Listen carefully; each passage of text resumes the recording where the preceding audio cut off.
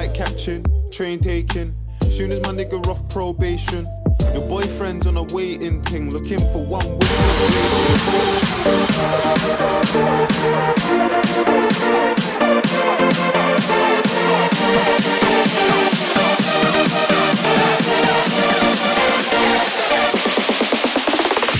Miss Ingabire Grace ni nyampinga w'u Rwanda 2021. Ni nawe kuri ubu ufite irikamba mu gihe hari gutorwa uzamusimbura uzamenyekana tariki 19 Werurwe 2022. Uyu munsi rero numwe mu bakomeje kugarukaho cyane ku mbuga nkoranyambaga nyuma yuko ashyize hanze amashusho ari kubyina indirimbo z'abahanzi b'ibikomerezwa ku mugabane wa Afrika barimo Burna Boy ndetse n'abandi bakomeye ku isi nka Doja Cat.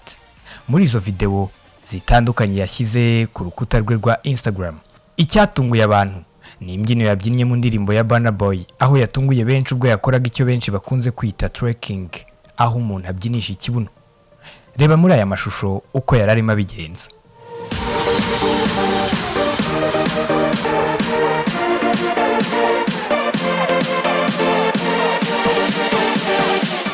Ibitekerezo bikomeje kuba byinshi nyuma y'aho akiriye hanze aya mashusho.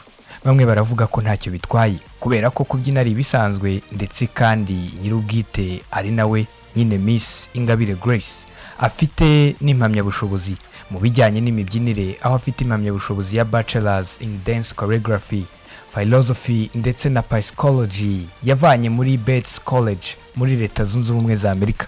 Gusa abandi bakomeje kuvuga ko bidakwiye kubyina kuriya kandi uri umwari w'i Rwanda, kandi nanone ukaba ukwiriye kubera abandi urugero, noneho kandi kigeretseho ukaba unambaye ikamba rya nyampinga w'u Rwanda.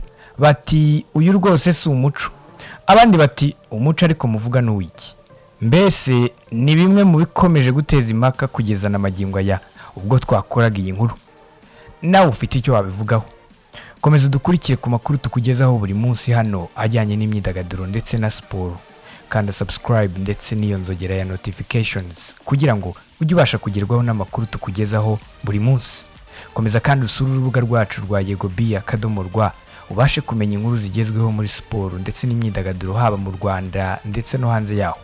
Kurikira kandi radio yacu ariyo YEGOB Radio ivugira kuri murandasi uciye kuri YEGOB.com.